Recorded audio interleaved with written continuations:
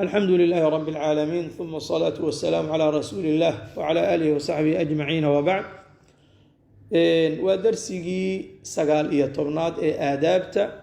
درسي ومانتا وحكو سابسيها مسألة مهم قف كستو مكلف أهنا واجب كوه إنه مركو هوري أحكامتي دبرتو كبعدنا وكو عمل فلو وحكب الله بنا درسي ومانتا وبر الوالدين واجب لبدا والد بارنما إن لو سمايا واجب سئل أحمد رضي الله عنه إمام أحمد بالويدية عن بر الوالدين لبدا والد وبارنما سمينتو أفرض هو فرض مياه فقال وحيري لا أقول فرض كلمة فرض لا أديك سمى به ما يوا فرض ولكنه واجب وسواجب كلمة فرض كالليرا هي كلمة واجب كالليرا هذو علماء الجمهور تأكتودا واسكو معنى تذكر الدوان ويجيران إمام أحمد مركا أسأقول الله روايو كليايو مرنا وحا لغاها يا وي كلا دوين كلمة فرض يا واجب مرنا وحو ليه واسكو مد marka uu kala duwayo wuxuu ku kala duwayaa wixii quraanku ku soo arooray oo uu yiri waa farad quraanku uu yiri baa farad ah wixii sunnada laga qaatayna waa waajib waa laba shay oo labaduba qofkii ka tagaa uu ku dambaabayo laakiin kala culus oo quraanka xurmada u hayo darteed ayuu wuxuu ku magacaabay wixii quraanku waajibiyana farad wixii daliil kale oo quraan ka baxsan oo sida sunnada laga qaatana inuu yahay waajib laakiin qowlka raajixa ee imaam ahmedna riwaayadiisa kale ah waxa weeye labadooda inay isku mid yihiin birul waalidayn marka hadaba maxaa loola jeedaa birul waalidayn waxa loola jeedaa in badan ihsaan loo sameeyo qalbigooda la raali geliyo ficilkaaga iyo qowlkaaga labaduba ay noqdaan waxay ku faraxsan yihiin marba haday si ahayn waxa ay ka rabaan ama aad uga farxinayso ama ay ka dalbanayaan macsi hadayna ahayn iyo dambi ee ay tahay shay ilaahay subhanahu wa ta'ala una ka caroonay oo isugu jira shay waajiba shay sunna shay mubaaha intaas mid kamid ah haduu yahay waalidka in lagu raali gareeyo weeye lagulana dadaalo mar waxay kaaga baahan yihiin wax siin iyo xoolo mar waxay kaaga baahan yihiin adeeg iyo ciidan mar waxay kaaga baahan yihiin soo booqasho iyo arag mar waxay kaaga baahan yihiin hadal macaan oo qalbigooda qaboojiyo marba waxay kaaga baahan yihiin in aad qalbigooda kasbato raali ahaashooda gaarto baarinimadaas la yiraahdaa نبينا صلى الله عليه وسلم وحوليه رضا ربي في رضا الوالدين راضي أهشد الله وحي كل حجرته راضي أهشد والدينك وسخط الرب في سخط الوالدين عرض إلهي نحكي كل حجرته لبدا والد عرضه ذا نركوا وإن أتكجرته بار النمضة هير أي لبدا رال كايهين سببته جريتان كأدونك أدوكتو أي سبب إلهي أغرقي سبب كم موضة وأدونك نأتي سبب كأوه أي هايين dib badan oo aan la tiri karin ka soo mareen qofkii caruur uu yaqaano marka taas ilaahayna wuxuu leeyahay hal jazaa'u al-ihsan illa al-ihsan wanaag kale in lagu gudo ma ahna wax kale miyuu mudan yahay marka ay careysan yihiin oo kaleeto cibaarada la isku dayaa inaad dajido caradooda laga warwareegsado loo duceeyo in badan haday nool yihiin haday dhinteenba in badan in loo duceeyo baarnimada waalidku wax la soo tiri kara ma ahna وإن إحسان بدن الله سماه سيد إلهي وأمره سبحانه وتعالى وعير ولا تجوز ما بنان طاعتهما لبدا والد إن لقوا أطيعه في معصية الله تعالى إلهي لعاسين أيوه لبدا والد لقوا ما أدعي كره كذلك سيد أصبح نص عليه وعدي إمامكم إمام أحمد لقول النبي قول كيس درتي صلى الله عليه وسلم ونبي يري لا طاعة لمخلوق في معصية الله تعالى لا طاعة أدعي ما أهان مخلوق لا أطيعه في معصية الله إلهي معصية سدعي لو أطيعه نبي حديث كاس الفاظ كلا دوان وسجن هي وأي كمتة هي رواية مسلم أو نبي صلى الله عليه وسلم لا طاعة في معصية الله إنما طاعة في المعروف طاعة وأن معروف كدحدي سويه شرعه وأقولها لا يسكو أضيعاه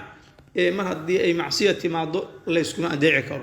معصينا شريعة الدنبي ورمي أتقاناه متجوني وما تقان مررك قبل وحاكل عرورته أدي أضوغا إيه هبرتو كلاتو أين أما إسكف عنين أما يسفرين والله ومالكو كلانوليهين إن أي كو أتكاتو إن أي لبدو أبار النما سميان وحادعي كارتا أوامر إسكسو هرجيدا إن يسيان مررك سو كلاتو وحي أباهن تاي حكمت آد أفرابضان يا عقلي إيو aqoon sharciga qofku uu leeyahay cunugu inuu ku dhaqmo mas'aladaasuna marka la soo khulaaseeyo kow waxa la fiirinayaa waxa labada waalid amraayaan wax sharcigu ogol yahay ma yahay haddaan labadaba waxay amraayaan sharcigu ogoon labadaba la samayn maayo waxay sheegayaan haddii labadooda uu mid amraayo waxaan sharciga ogolayna kaas sharciga khilaafay warkiisa la yeeli maayo labadoodii haddayse sharcigii khilaafin waxaa la fiirinayaa maslaxada laga fiirinayo mid wuxuu ku amrayaa maslaxo wax wanaag ku jiro midna madax adayg kaasuu kasoo horjeedaa oo wuxuu diidan yahay kaas amarkiisu inuu fulo midka maslaxada amraayaa la yeelaya hadalkiisa sida igaleeda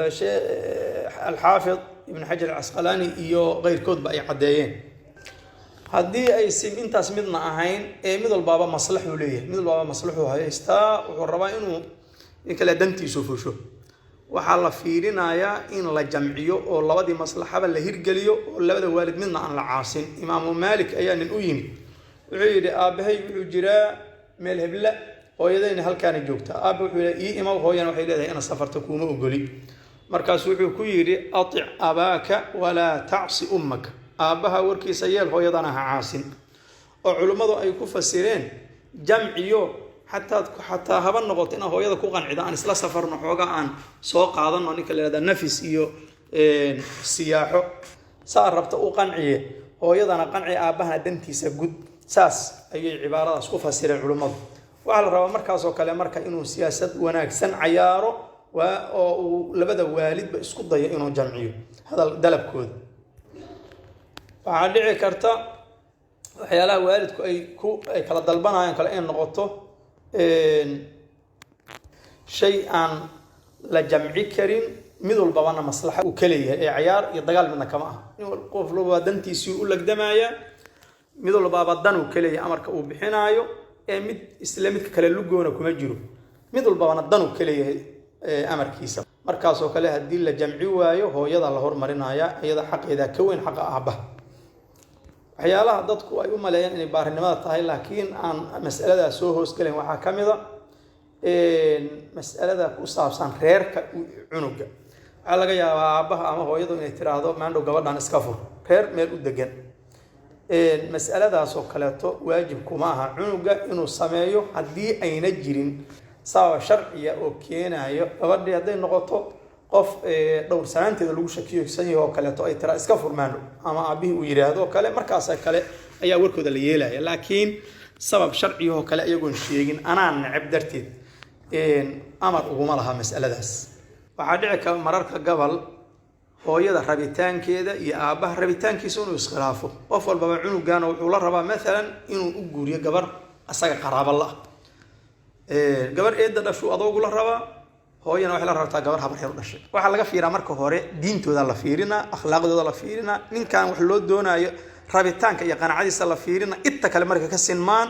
hooyada lagu raaca haddii inta kale ay ka sinmaan laakiin marka horeeto waxaa ka horeeya arrimihii aan soo sheegnay almuhim baabka baarinimadu waa baab masaa'il badan ay ku xeeran tahay in aad axkaamtiisa loo barto laguna dadaalo wey shareecada islaamku waxay xaaraam ka dhigtay in waalidka caaq lagu noqdo labadaada waalid inaad caasi ku noqoto xaqooda ilaahay markuu sheegaya waqadaa rabbuka anlaa tacbuduu ilaa iyaahu wa bilwaalidayni ixsaana ilaahay inaad maahan cid kale aadnan caabudin ilaahay xukumay oo amray ilaahay kaliya caabuda wa bilwaalidayni ixsaana labada waalidna ixsaan u sameeya marka uu ka hadlaayay dembiga la galana kan ilaahay laga galo shirkiga uu kusoo xiga xuquuqda nabiga sallallahu alayhi wasallam wuxuu yiri ala unabbiukum bi akbar al kaba'ir ma idin sheega dambiyalka ilaahay laga galo kuwa ugu waaweyn markuu saddex jeer ku celiyay ayay waxay dhaheen bala ya rasuulullaahi noo sheeg markaas wuxuu yiri al ishraaku billah wa xuquuq al walidayn saas isugu xijiyay ilaahay in shirki loo sameeyo iyo waxa ku soo xiga in waalidaynka caasal lagu noqdo marka xaqa waalidku aad u weyn xuquuquna waa sida hore u soo sheegnay oo wuxuu ka soo horjeedaa birigiyo wax alla wixii waalidku necab yahay haday ficil tahay haday qowl tahay haday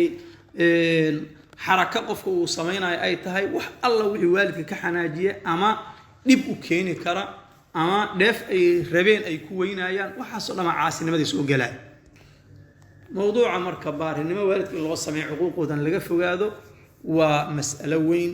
oo albaab janno oo furan weeye qofki ilaahay waalid siiyey inta uu waalidku joogo ha ka faa'iidaysto maalintii albaabkaasu xirmo yuuna muxuu ahay farta dhexda ka qaniinin